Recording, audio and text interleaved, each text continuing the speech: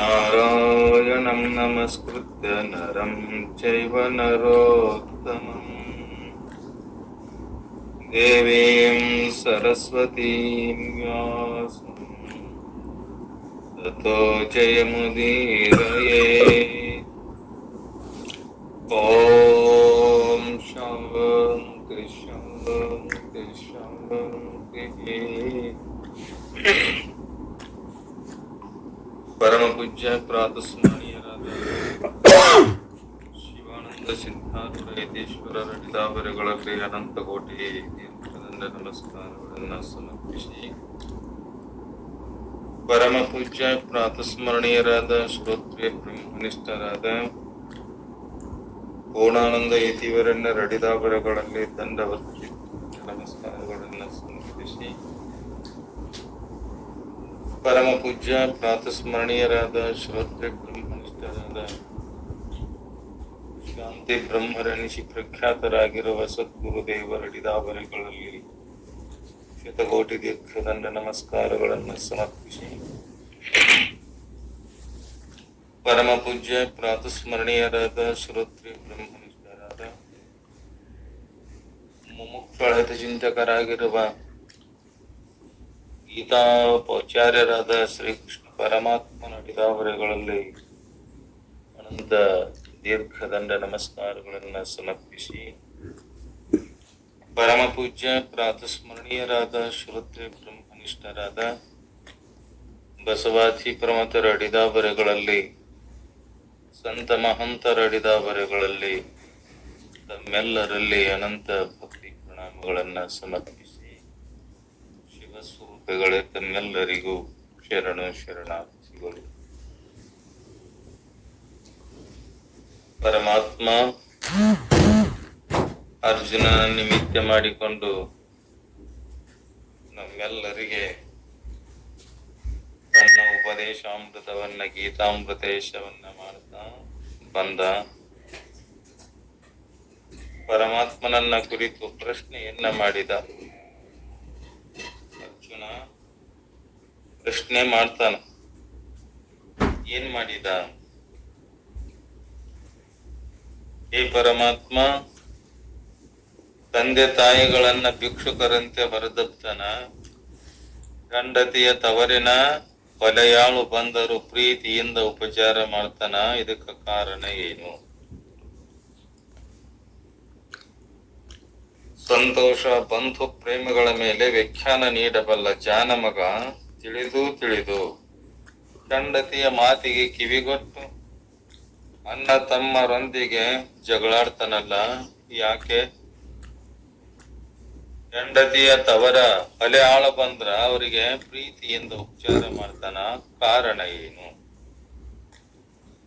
ಸಾಮಾನ್ಯ ಜನರ ಮಾತಂತಿರಲಿ, ಮೇಧಾವಿಗಳು ಕೂಡ ಹಾಗೆ.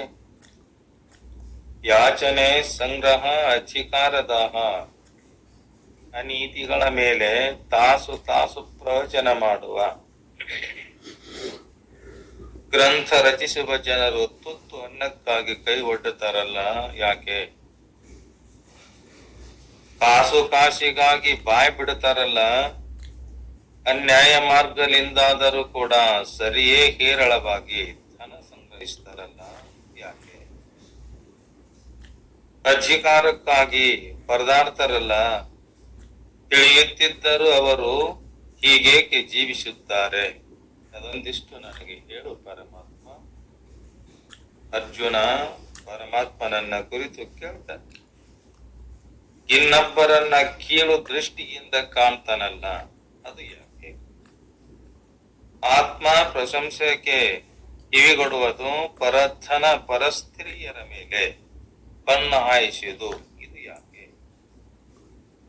ಇತರರ ತಪ್ಪೆನಿಸುವುದು ಪಾಪವೆಂದು ಅಂತರಾತ್ಮ ಹೇಳುತ್ತಿದೆಯಲ್ಲ, ಹಾಗಿದ್ದರೂ ಕೂಡ ನಾವು ಅವುಗಳಲ್ಲಿ ಪ್ರವೃತ್ತರಾಗುವೆಯಲ್ಲ, ಯಾಕೆ? ನಮ್ಮ ಮನಸ್ಸು ಇದ್ದರೂ ಕೂಡ ಮನಸ್ಸಿರದಿದ್ದರೂ ಕೂಡ ಬಲಾತ್ಕಾರದಿಂದ ಪಾಪ ಕೆಲಸಕ್ಕೆ ಹಚ್ಚುವ ಅದೃಶ್ಯ ಬಲ ಯಾವ? ಅದನ್ನೊಂದಿಷ್ಟು ನನಗೆ ತಿಳಿಸಿ ಹೇಳು ಪರಮಾತ್ಮ ಅಂತೇಳಿ ಅರ್ಜುನ ಪ್ರಶ್ನೆ ಮಾಡ್ತಾನೆ. ಪ್ರಶ್ನೆ ಮಾಡಿದಾಗ ಪರಮಾತ್ಮ ಉತ್ತರ ಕೊಡಕತ್ತಲ್ಲ, ಕಾಮ ಏಷ ಕ್ರೋಧ ಏಷ ರಜೋಗುಣ ಸಮುದ್ಭವ ಮಹಾಶನೋ ಮಹಾಪಾಪ್ಮ ವಿದ್ಯೇನ ಮಿಹ ವೈರಿನಂ. ನೋಡಪ್ಪ, ರಜೋಗುಣ ಸಮುದ್ಭವ ಇದ್ದ ಜನ ಏನ್ ಮಾಡ್ತಾನಮ್ಮ? ಪಾಪ ಕರ್ಮಗಳನ್ನ ಮಾಡಾಕ. ಅಬಾಲ ವೃದ್ಧರು ಕಾಮದ ದಾಸರಾಗ್ಯಾರವರು. ಕಾಮ ಜೀವನವೇ ಪುರುಷಾರ್ಥ ಅಂತ ತಿಳ್ಕೊಂಡಾರೆ. ಕಾಮ ರಕ್ಷಕದನ, ಯುವಕನ ದೇಹ ಬಲ, ಬುದ್ಧಿ ಬಲ, ಸೌಂದರ್ಯ ಬಲ, ವಯಸ್ಸುಗಳನ್ನ ಪರಿಹರಿದು ತಿಂತಾನಲ್ಲ ಅಂತ ಕಾಮ. ಯಾವ್ದ್ರಿಂದ? ರಜೋಗುಣ ಸಮುದ್ಭವದಿಂದ. ಅದಕ್ಕ ಇದನ್ನ ಉತ್ತರ ಹೇಳ್ತಾ, ಆತ್ಮೈವ ಜಾಯತೆ ಪುತ್ರ ರೂಪೇಣ. ತಾನೇ ಹೆಂಡತಿಯಲ್ಲಿ ಪುತ್ರ ರೂಪದಿಂದ ಹುಟ್ಟತಾನಲ್ಲ, ಆಗ ತಾನು ಮಗ, ಹೆಂಡತಿಯು ತಾಯಿ. ಕಾಮದ ದಾಸನಿಗೆ ಈ ಶ್ರುತಿ ಮಾತಿನ ಸ್ಮರಣೆ ಬಾರದು. ಆ ಶ್ರುತಿ ಭಗವತಿಯ ಮಾತು ನೆನಪಿಗೆ ಬರುವುದಿಲ್ಲಂತ. ಜೀವನದ ಪೂರ್ಣ ಭಾಗವನ್ನ ಕಾಮ ರೂಪದಲ್ಲಿ ಕಳೆದ ತಂದೆ ತನ್ನ ಜೀವನ ಪರ್ಯಂತರವಾಗಿ ಜೀವನವನ್ನ ಯಾವುದರಲ್ಲಿ ಹಾಳು ಮಾಡ್ತಾನಂತಂದಾಗ ಬರೇ ಕಾಮ ರೂಪದಲ್ಲಿ ಕಳೆದ ತಂದೆ ಅಜ್ಜಂದರೆ ಮುಂದಿನ ಮಕ್ಕಳಿಗೆ ಆದರ್ಶ ಅನಿಸ್ತಾರಲ್ಲ, ಇದು ಎಂಥ ದುರ್ಭಾಗ್ಯ. ಈ ಎಲ್ಲ ಕಾರಣಕ್ಕಾಗಿ ಕಾಮ ಮಹಾನ್ ವೈರಿಪ. ವ್ಯಕ್ತಿಯ ಅಂತಸ್ತು ಹಾಳು ಮಾಡುವ, ಸಮಾಜದ ದೈವಿ ಪ್ರಗತಿಗೆ ಕೊಠಾರವೆತ್ತುವ, ಜೀವನನ್ನ ಭ್ರಮಾತ್ಮಕ ಜಗತ್ತಿನಲ್ಲಿ ತೇಲಿಸುವ ಈ ಕಾಮ ಮನುಕುಲರ ಪರಮ ಶತ್ರು. ಏನ್ ಕೇಳಿದ್ದೆಲ್ಲ, ಯಾವುದರಿಂದ ಉದ್ಭವ ಆಕತಿ ಅಂತ ಹೇಳಿ? ರಜೋಗುಣದಿಂದ ಉದ್ಭವವಾಗಿ ಕಾಮ, ಕ್ರೋಧ, ಲೋಭ, ಮೋಹ, ಮದ, ಮತ್ಸರಗಳು. ಆತ್ಮ ಕಾಮನೆಯಿಂದ ವಿಮುಕ್ತಿ. ಆತ್ಮ ಸಾಧಕ ಮನುಕುಲದ ಪರಮಶತ್ರುಗೆನಲ್ಲ, ಆತ್ಮ ಕಾಮನೆಯಿಂದ ವಿಮುಕ್ತಿ. ಅದಕ್ಕ ಕಾಮನು ಜ್ಞಾನಾಚ್ಛಾದಕ. ಇದನ್ನ ಹೇಳ್ತಾನೆ. ಏನ್ ಹೇಳಿದ? ಧೂಮೇನಾವೃತೆ ವಹ್ನಿರ್ ಯಥಾ ದರ್ಶೋ ಮನೇನ ಚ ಯಥೋಲ್ಬೇನಾವೃತೋ ಗರ್ಭಸ್ತಥಾ ತೇನೇದಮಾವೃತಂ. ಧೂಮೇನ ಆವ್ರಿಯತೆ ವಹ್ನಿ ಯಥಾ ದರ್ಶಃ ಮಲೇನ ಚ ಯಥಾ ಉಲ್ಬೇನ ಆವೃತಃ ಗರ್ಭಃ ತಥಾ ತೇನ ಇದಂ ಆವೃತಂ. ಹೇಗೆ ಧೂಮದಿಂದ ಅಗ್ನಿಯು, ಧೂಳಿನಿಂದ ಕನ್ನಡಿಯು ಮತ್ತ ಜರಾಯು ಪರದೆಯಿಂದ ಗರ್ಭವು ಹೇಗೆ ಮುಚ್ಚಲ್ಪಟ್ಟಿದೆಯೋ, ಹಾಗೆ ಆ ಕಾಮನಿಂದ ಈ ವಿಮಲ ಜ್ಞಾನವು ಆವರಿಸಿದೆ. ಚೆನ್ನಾಗಿ ತಿಳ್ಕೊ ಅರ್ಜುನ. ಎಲ್ಲರಲ್ಲೂ ಆತ್ಮನ ಅರಿವಿನ ಬೆಳಕು ವ್ಯಾಪಿಸಿದೆ. ಸಕಲ ಜೀವಿಗಳಲ್ಲಿ ಕೂಡ ಏನಿದೆ? ಆತ್ಮನ ಅರಿವಿನ ಬೆಳಕು ತುಂಬಿಕೊಂಡಿದೆ. ಕೈ, ಕಾಲು, ತಲೆ, ಮನಗಳ ತುಂಬ ಜ್ಞಾನ ನೆಲೆಸಿದೆ. ಜ್ಞಾನ ಅಂದ್ರೆ ಅರಿವು. ಈಗ ಯಾವುದೇ ನಮ್ಮ ಭಾಗದಲ್ಲಿ ಒಂದೊಂದು ಶರೀರದೊಳಗ ಏನಾದರೂ ಮುಳ್ಳು ಚುಚ್ಚಿದ್ರು, ಒಂದು ಹುಳ ಕಡಿದ್ರು ಕೂಡ ಗೊತ್ತಾಗತ್ತಲ್ಲ. ಯಾವುದರಿಂದ ಗೊತ್ತಾಗತ್ತೆ? ಪರಿಪೂರ್ಣವಾಗಿ ಶರೀರದ ತುಂಬ ಅರಿವಿದ್ದಾಗ ಮಾತ್ರ ಅದು ಇಲ್ಲಿ ಹುಳ ಕಡಿತಿ, ಇಲ್ಲಿ ಮುಳ್ಳ ನಡ್ತಿ, ಇಲ್ಲಿ ಗಾಯ ಆತಂತ ಹೇಳಿ ಗೊತ್ತಾಗತ್ತಲ್ಲ ನಮಗ್. ಅದಕ್ಕ ಎಲ್ಲ ಕೈ, ಕಾಲು, ತಲೆ, ಮನಗಳ ತುಂಬ ಜ್ಞಾನ ನೆಲೆಸಿದೆ. ಕಾಮವೆಂಬ ಮಾಲಿನ್ಯ ಈ ಸರ್ವವ್ಯಾಪಿ ಜ್ಞಾನವನ್ನೇ ಆವರಿಸಿ ಜೀವನಿಗೆ ಅದರ ಭಾವ ಬರದಂತೆ ಮಾಡಿದೆ. ಏನಾವರಿಸಿದೆ? ಕಾಮವೆಂಬ ಮಾಲಿನ್ಯ. ಈ ಮಾಲಿನ್ಯ ಈ ಶರೀರದ ತುಂಬ ಎಲ್ಲಾ ಕಡೆ ವ್ಯಾಪಿಸಿ ಜ್ಞಾನವನ್ನೇ ಆವರಿಸಿ, ನಮ್ಮಲ್ಲಿರತಕ್ಕಂಥ ಜ್ಞಾನವನ್ನ ಮುಚ್ಚಿ ಜೀವನಿಗೆ ಅದರ ಭಾವ ಬರದಂತೆ ಮಾಡಿದೆ. ಈ ಮಾತನ್ನ 3 ಉಪಮೆಗಳಿಂದ ವಿವರಣೆ ಮಾಡ್ತಾನ ಪರಮಾತ್ಮ. ಧೂಮೇನ ವಹ್ನಿ ಯಥಾ ಆವ್ರಿಯತೆ. ಅಗ್ನಿಯಿಂದ ಹೊರಟ ಧೂಮ ಅಗ್ನಿಯನ್ನೇ ಆವರಿಸಿದೆಯಲ್ಲ, ಎಲ್ಲಿ ಬೆಂಕಿ ಐತಿ ಅಲ್ಲೇ ಹೊಗೆ ಐತಂತ. ಆ ಬೆಂಕಿ ಇದ್ದಾಗ ಹೊಗೆ ಐತಂದ್ರೆ ಬೆಂಕಿ ಇರಲಾರದೆ ಹೊಗೆಗೆ ಇರಲಿಕ್ಕೆ ಅವಕಾಶ ಇಲ್ಲ. ಆ ಬೆಂಕಿಯನ್ನ ನೋಡಿ, ಇಲ್ಲೇ ಹೊಗೆಯನ್ನ ನೋಡಿ. ಬೆಂಕಿ ಹೊಗೆ, ಬೆಂಕಿ ಇದ್ದಾಗ ಹೊಗೆ ಐತಂತ ನಮಗ ಗೊತ್ತಾಗಲ್ಲ. ಅಗ್ನಿಯು ಸ್ವಲ್ಪ ಮಟ್ಟಿಗೆ ಕಾಣದಾದರೂ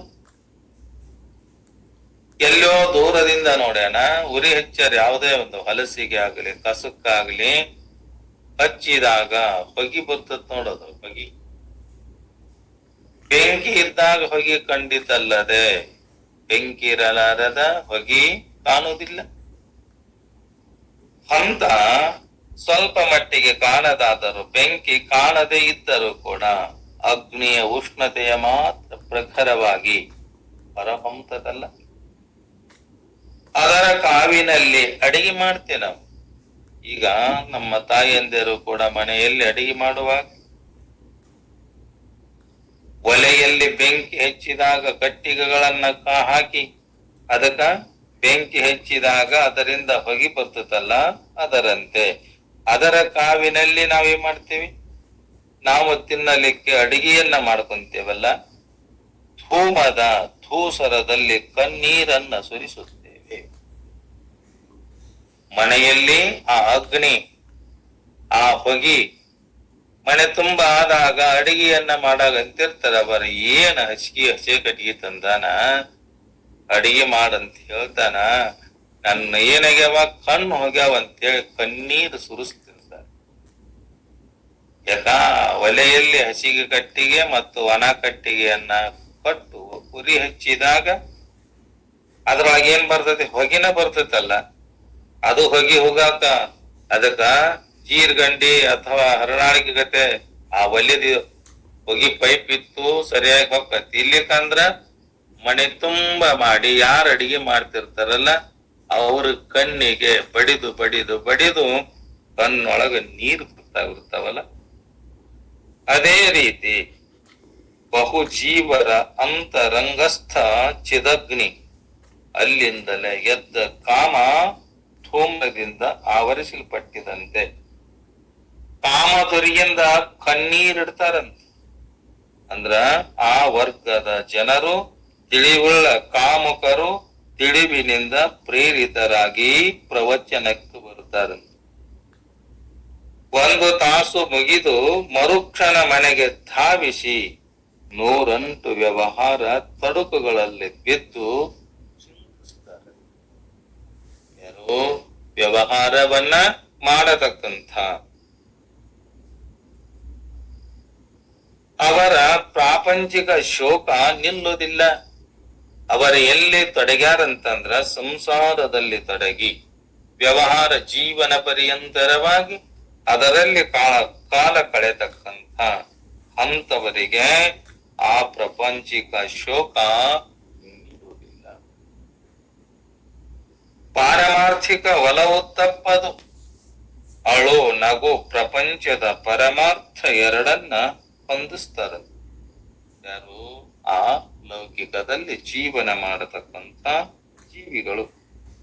ಒಂದನ್ನ ಬಿಡುವ ಮನಸ್ಸಿಲ್ಲದ ಆ ಜನರ ಹೃದಯಸ್ಥ ಕಾಮ ಧೂಮ್ರ ಸ್ಥೂಲವೆನಿಸಿದೆ. ಇದು ಕಾಮ ಏನಿದೆ ಧೂಮದಂತೆ ಆವರಿಸಿದೆ ಅಂತ.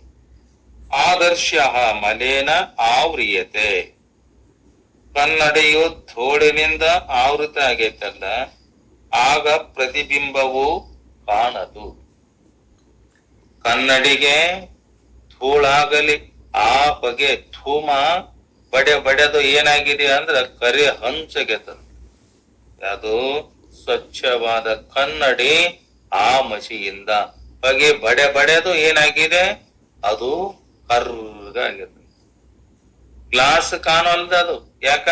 ಧೂಳ ಕುಂತು ಹೊಗೆ ಬಡೆದು ಏನಾಗಿದೆ, ಆ ಮನುಷ್ಯನ ಮುಖ, ನಾವು ನೋಡಿಕೊಳ್ಳುವ ಮುಖ ಆ ಕನ್ನಡಿಯೊಳಗ ಕಾಣ್ತ ಇಲ್ಲ, ಪ್ರತಿಬಿಂಬ ಕಾಣ್ತ ಇಲ್ಲ. ಹಾಗೆ ಕಾಮಧೂಳಿ ಆತ್ಮಜ್ಞಾನ ದರ್ಪವನ್ನ ಮುಚ್ಚಿದೆ. ಕಾಮವೆಂಬ ಧೂಳಿ, ಈಗ ಹೆಂಗ ಇದು ಹೊರಗಿನ ಧೂಳ ಆ ಕನ್ನಡಿಯ ಮೇಲೆ ಕುಳಿತಾಗ ಆ ಕನ್ನಡಿಯಲ್ಲಿ ನಾವು ಮುಖವನ್ನ ನೋಡ್ಕೋಬೇಕಂದ್ರೆ ಹೇಗೆ ಕನ್ನಡಿಯೊಳಗ ಮುಖ ಕಾಣುವುದಿಲ್ಲವೋ ಅದರಂತೆ ಈಗ ನಾವು ಮುಖ ನೋಡ್ಕೋಬೇಕಾದ್ರೆ ಕನ್ನಡಿ ಸ್ವಚ್ಛ ಇತ್ತಂದ್ರೆ ಮಾತ್ರ ನಮ್ಮ ಪ್ರತಿಬಿಂಬ ಆ ಕನ್ನಡಿಯೊಳಗೆ ಕಾಣ್ತದೆ. ಕನ್ನಡಿನ ಸ್ವಚ್ಛ ಇಲ್ಲ ಅಂತಂದ್ರ ಆ ಮುಖ ಹೆಂಗ ಕಾಣ್ತತಿ? ನಾವೇನೋ ಕಷ್ಟ ಮಾಡ್ಕೊಳ್ಳೋಕಾಗ್ಲಿ, ಇಲ್ಲಿಕಂದ್ರೆ ತಲೆ ಬಾಚ್ಕೊಳಕಾಗ್ಲಿ, ಏನಾದರೂ ವಿಭೂತಿ ಆಗಲಿ ಸ್ವಚ್ಛ ಮುಖ ತೊಳ್ಕೊಂಡು ನಮ್ಮ ಮುಖ ನಾವು ನೋಡ್ಕೋಬೇಕಂದ್ರ ಆ ಕನ್ನಡಿ ಸ್ವಚ್ಛ ಇದ್ದ ನಮ್ಮ ಮುಖ ಕಾಣ್ತತಿ. ಆ ಕನ್ನಡಿನ ಹೊಲಸೈತಂದ್ರ ನಮ್ಮ ಮುಖ ಅದ್ರಾಗ ಹೆಂಗ್ ಕಾಣ್ತದೆ? ಕಾಣುವುದಿಲ್ಲ. ಅದಕ್ಕ ಆತ್ಮಜ್ಞಾನ ದರ್ಪಣವನ್ನ ಮುಚ್ಚಿದೆ ಅಂಥ ಮನುಷ್ಯ ಅಜ್ಞಾನಿ. ಯಾರ ಕನ್ನಡಿ ಅಂದ್ರ ಅಂತಃಕರಣವೆಂಬ ಕನ್ನಡಿ ಏನಾಗಿದೆ? ಕಾಮದಿಂದ ಆವರಿಸಲ್ಪಟ್ಟಿದೆ.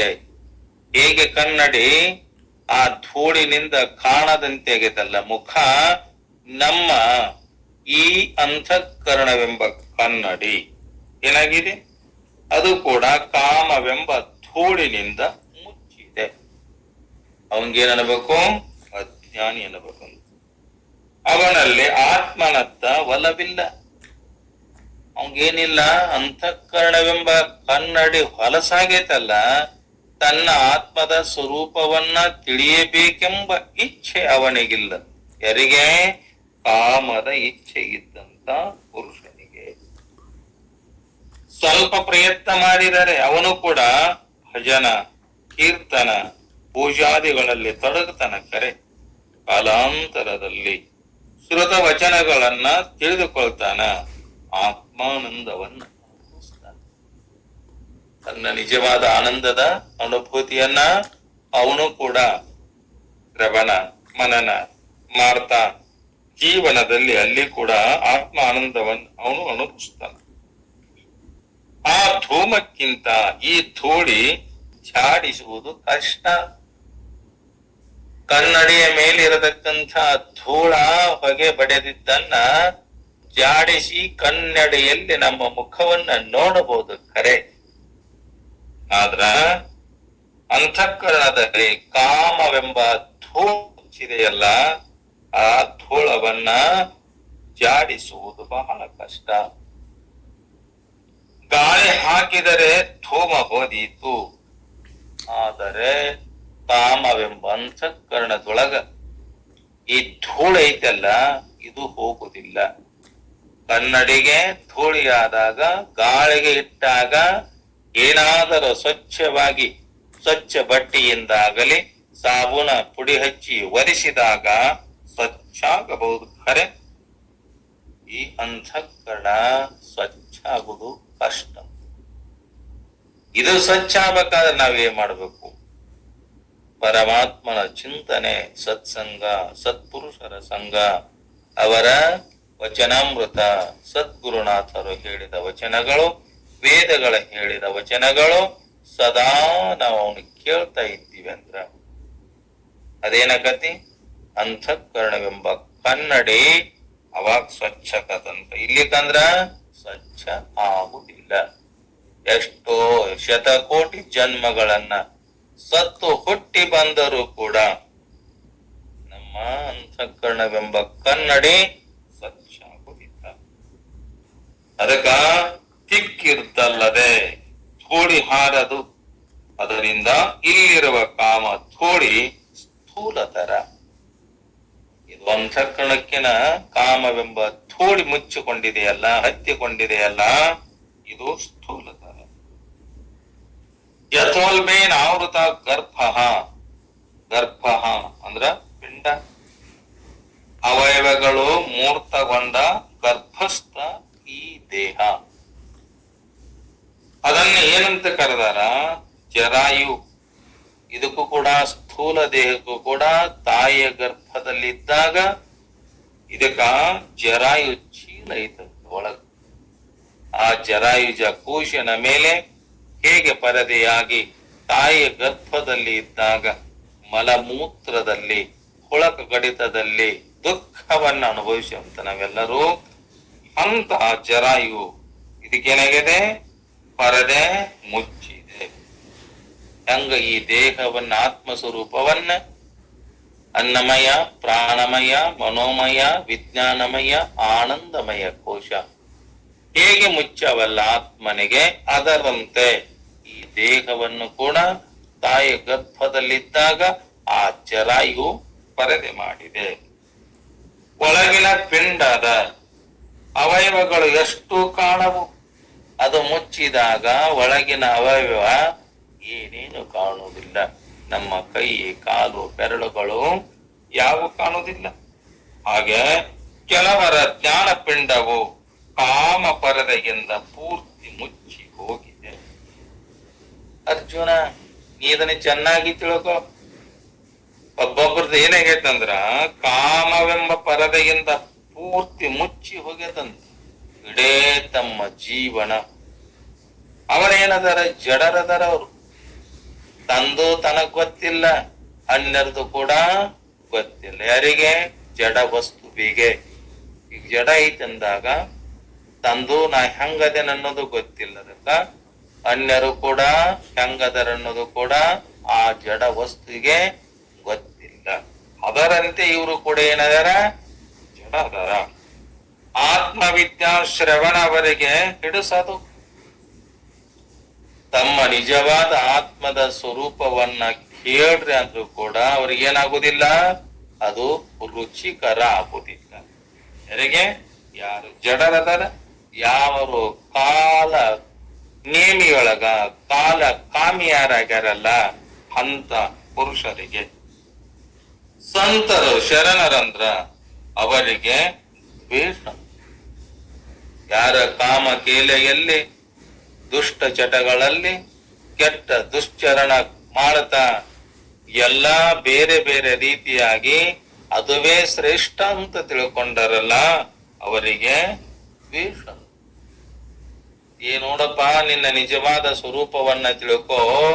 ನೀ ಇಂಥ ಪಾಪ ಕೃತ್ಯಗಳನ್ನ ಬಿಟ್ಟು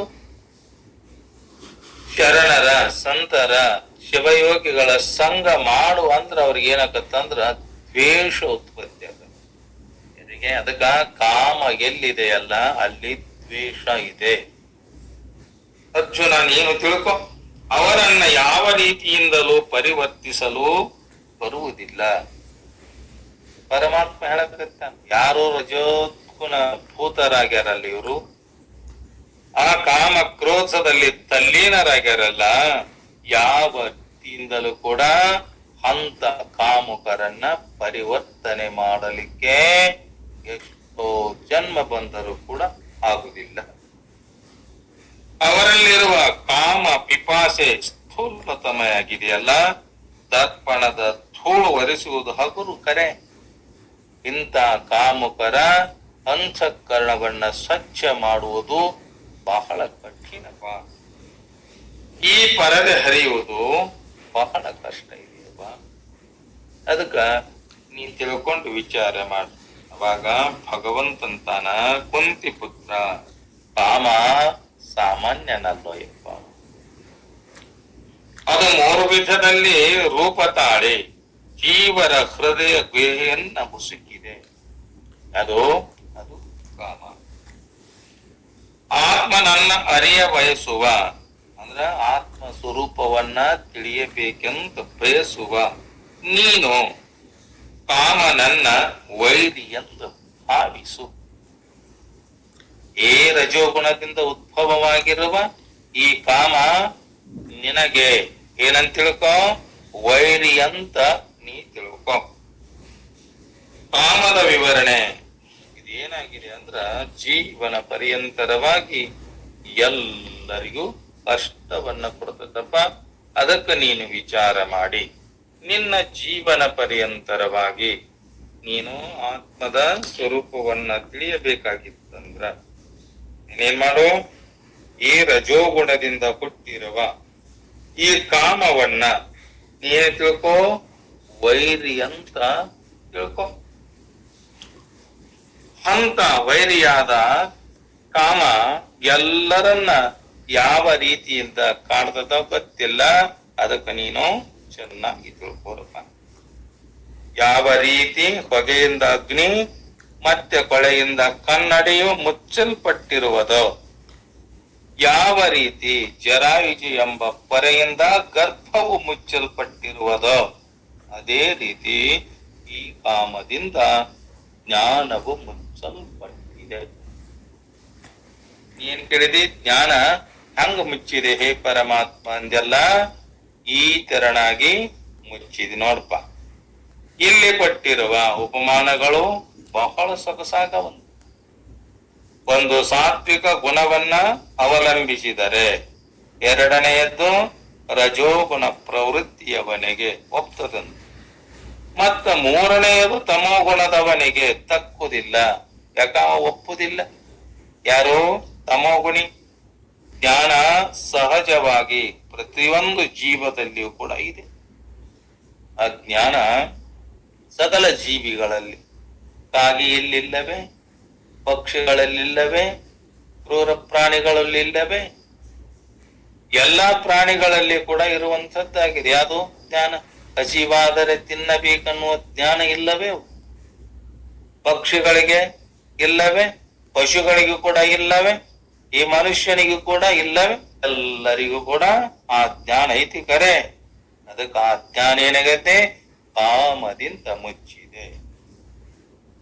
ಅದಕ್ಕ ಇಂಥ ಆವರಣವನ್ನ ಸರಿಸಿದಾಗ ಜ್ಞಾನ ವ್ಯಕ್ತಕತೆ. ಎಲ್ಲಿವರೆಗೆ? ಈಗ ನಾಟಕ ಆಡುವಾಗ ಪರದೆ ಹಾಕಿರ್ತಾರಲ್ಲ, ಒಂದನೇ ನಾಂದಿ ಅನ್ನುವಾಗ ಆ ಪರದೆಯನ್ನ ಸರಿಸಿದಾಗ ಆ ನಾಟಕ ಸ್ಟೇಜಿನಲ್ಲಿರತಕ್ಕಂಥ ಪಾತ್ರಧಾರಿಗಳ ಹೆಂಗ ಕಾಣ್ತಾರಲ್ಲ. ಪರದೆ ಎಳೆದಾಗ ಕಂಡಾರೇನು? ಧ್ವನಿ ಅಷ್ಟ ಬಾಯಿ ಮಾಡಿದಾಗ ಕೇಳೈತಿ ಕರೆ. ನಾಂದಿ ಪ್ರಾರಂಭ ಮಾಡ್ಯಾರ, ಧ್ವನಿ ಅಷ್ಟ ಕೇಳ್ತತಿ ಕರೆ. ಅವರು ಪ್ರತ್ಯಕ್ಷ ಆಗ್ಯಾರೇನು? ಆಗಿಲ್ಲ. ಅದರಂತೆ ಹೇಗೆ ಆ ಪರದೆಯನ್ನ ಸರಿಸಿದಾಗ, ಆವರಣವನ್ನ ನೀನು ಸರಿಸಿದಾಗ ಜ್ಞಾನ ವ್ಯಕ್ತಕತೆಪ್ಪ. ಹೋಮ ಮಾಡುವಾಗ ಅಗ್ನಿ ಇರ್ತೈತಿ ಕರೆ, ಆದರೆ ಅದರ ಸುತ್ತಲೂ ಹೇಗೆ ಹೊಗೆ ಮುಚ್ಚಿಕೊಂಡು ಅಗ್ನಿಯು ನಮ್ಮ ಕಣ್ಣುಗಳಿಗೆ ಸ್ಪಷ್ಟವಾಗಿ ಗೋಚರಿಸಿದಂತೆ ಇರ್ತೈತಿ. ನಮ್ಮ ಕಣ್ಣಿಗೆ ಈಗ ಅಗ್ನಿ ಪ್ರಾರಂಭ ಮಾಡಿ ಆ ಹೋಮ ಪ್ರಾರಂಭ ಮಾಡ್ಯಾರ, ಅದಕ್ಕ ಕಟ್ಟಿಗೆಯನ್ನ ಹಾಕಿ ಬೆಂಕಿ ಹಚ್ಚಿ ಅದಕ್ಕೆ ಏನ್ ಮಾಡ್ಯಾರ?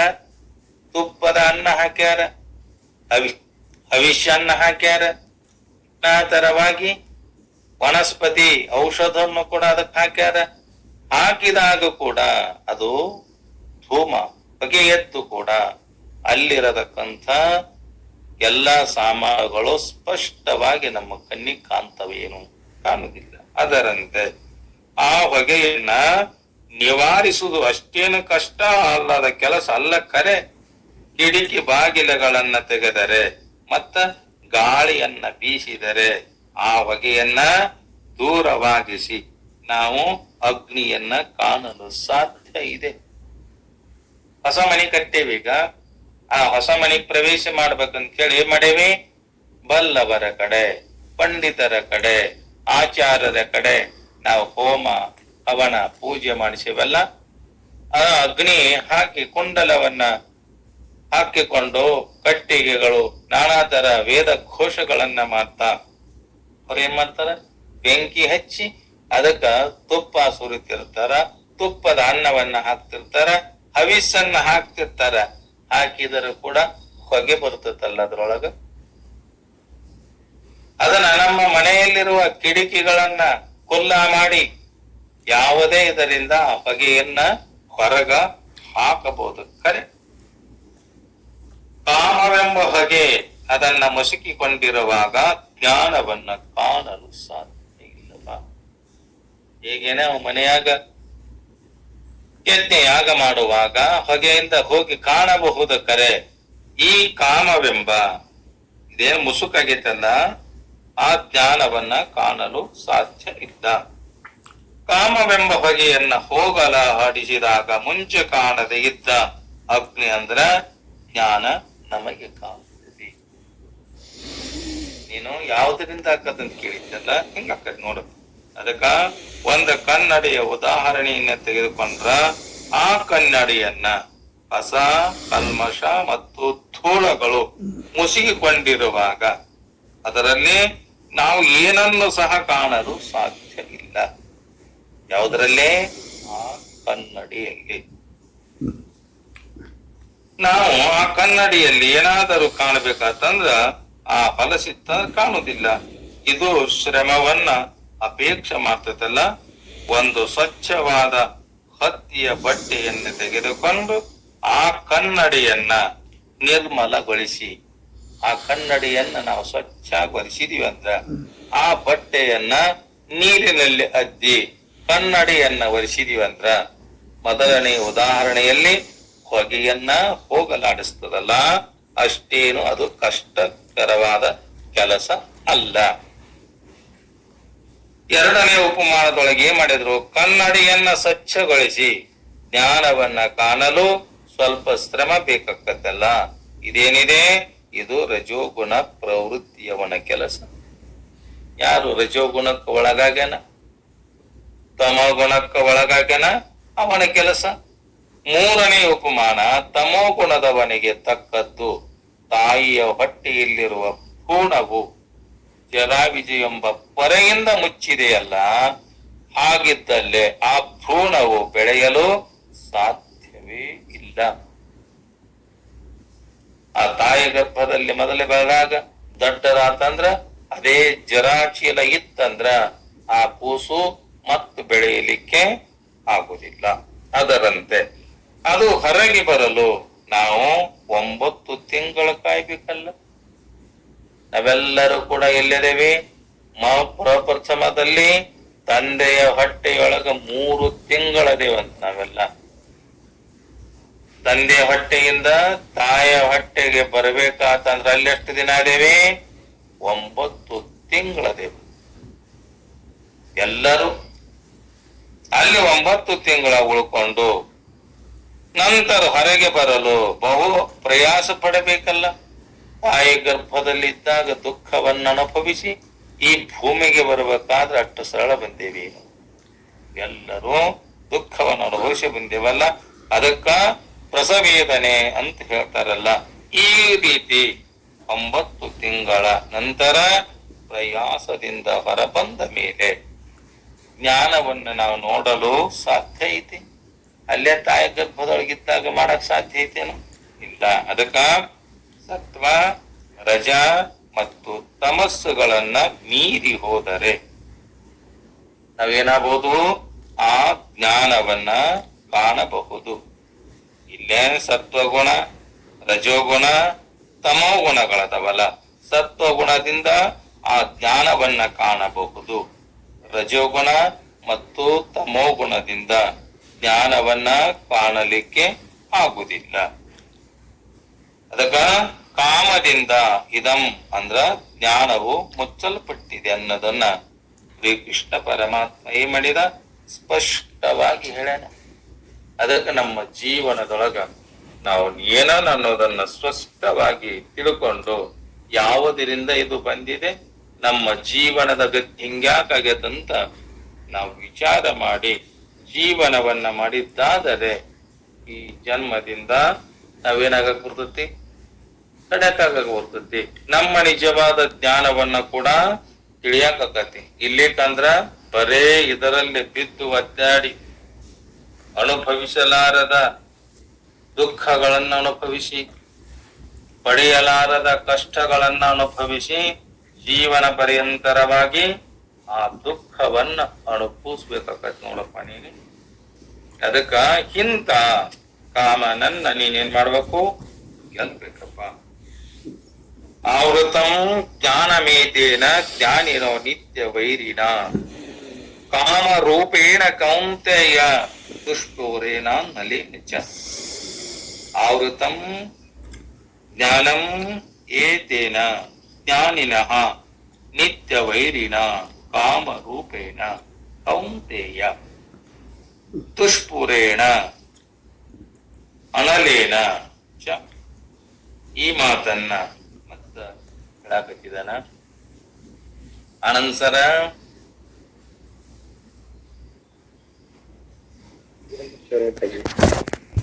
ಪದಚ್ಛೇದ